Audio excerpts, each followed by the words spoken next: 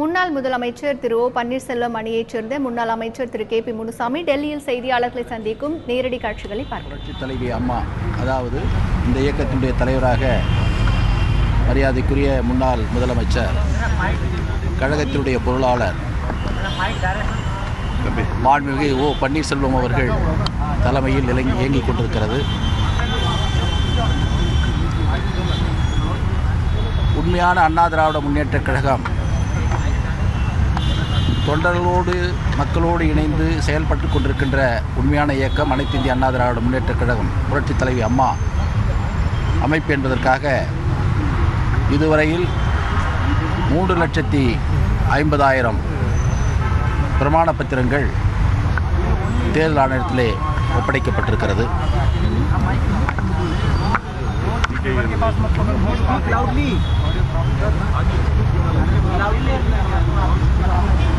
அனைத்திந்திய அண்ணா திராவிட முன்னேற்றக் கழகம் புரட்சித் தலைவி அம்மாவினுடைய அணியின் சார்பாக மரியாதைக்குரிய முன்னாள் முதலமைச்சர்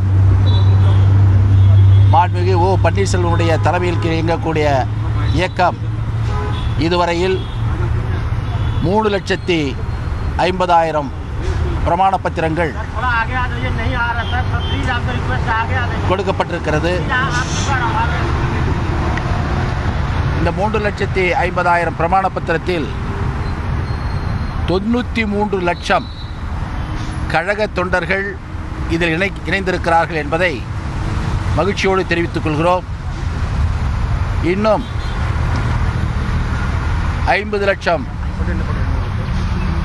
50 லட்சத்திற்குரிய உறுப்பினர் கொண்ட பிரமாண பத்திரங்கள்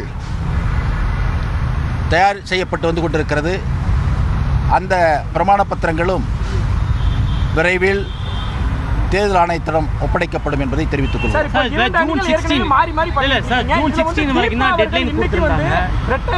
அந்த சின்னமும் எங்களுக்கு தான் சொல்லிட்டு திருமணி தீபா அவர்கள் வந்து இதுல புதுசா பிரமாண பத்திரங்கள் தாக்கல் பண்ணிருக்காங்க. அதை பத்தி உங்களுடைய கருத்து என்ன? அது உண்மையான அதிமுக நாங்கள் தான்.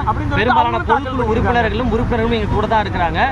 தேர்தல் ஆணையம் நேரடியாக தலையிட்டு பொதுச் செயலாளர் தேர்வு நடத்த வேண்டும், அதுவரைக்கும் கட்சியினுடைய சின்னம் பெயரை பயன்படுத்த அனுமதிக்க வேண்டும் கேட்டு மனு தாக்கல் பண்ணியிருக்காங்க. இது பற்றி நீங்கள் என்ன சொல்ல விரும்புகிறீங்க? நடந்த ஆர்கே நகர் சட்டமன்ற இடைத்தேர்தலில் அனைத்திந்திய அண்ணா திராவிட முன்னேற்றக் கழகத்தின் சார்பாக கழகத்தினுடைய அவைத்தலைவர் மரியாதைக்குரிய அண்ணன் மதுசூதனன் அவர்களை வேட்பாளராக நிறுத்தி வைத்து இரட்டலை சின்னத்தை ஒதுக்க வேண்டும் என்று கேட்டோம். அதேபோல அனைத்திந்திய அண்ணா திராவிட முன்னேற்றக் கழகத்தினுடைய மற்றொரு அமைப்பான தினகரன் அவர்களும் போட்டியிட்டார்கள். அப்படி போட்டியிட்ட காரணத்தினால் தேர்தல் கமிஷன் 2 அமைப்பாக போட்டியிடுவதால் அனைத்திந்திய அண்ணா திராவிட முன்னேற்றக் கழகத்தினுடைய இரட்டலை சின்னம் ஒதுக்க முடியாது என்று நிறுத்தி வைத்து அதை 2 அணியாக பிரித்து சுயேட்சை சின்னத்தை வழங்கியிருக்கிறார்கள். அப்படி வழங்கிய பின்பு உண்மையான அனைத்திந்திய அண்ணா திராவிட முன்னேற்றக் கழக தொண்டர்கள், நிர்வாகிகள் யாரிடத்தில் இருக்கிறார்கள் என்பதை முடிவு செய்வதற்காகத்தான் பிரமாண பத்திரத்தை நாங்கள் கொடுத்து கொண்டிருக்கிறோம். இதில் எந்த வகையிலும் தொடர்பில்லாத தீபா பேரவை என்பவர்கள் பிரமாண பத்திரம் கொடுக்கிறார்கள் என்று சொன்னால் அது யாருக்காக கொடுக்கிறார்கள், எதற்காக கொடுக்கிறார்கள் என்பது எங்களுக்கு தெரியவில்லை. இல்லை, அவங்க இந்த ரெட்டலை சின்னத்துக்காக கொடுக்கல சார். பொதுவாகவே நாங்கள் தான் உண்மையான அதிமுக. எங்களை கட்சியோட பெயரையும் சின்னத்தையும் பயன்படுத்த அனுமதிக்கும் தான் கேட்குறேன். ரெட்டலை சின்ன விவகாரத்தில் அவங்க ஒன்றும் தலையிடலை புதுசாக.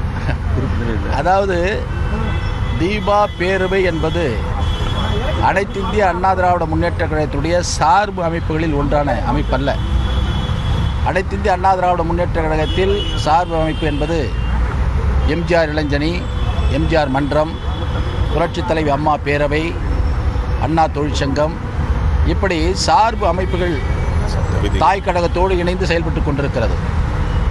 அதுபோன்ற நிலையிலே கூட அவர்கள் இல்லாமல் கட்சியை எங்களிடத்தில் ஒப்படைக்க வேண்டும் என்று சொல்வது அது ஒரு விளையாட்டுத்தனமான ஒரு செயல் என்றே நாங்கள் கருதுகிறோம்.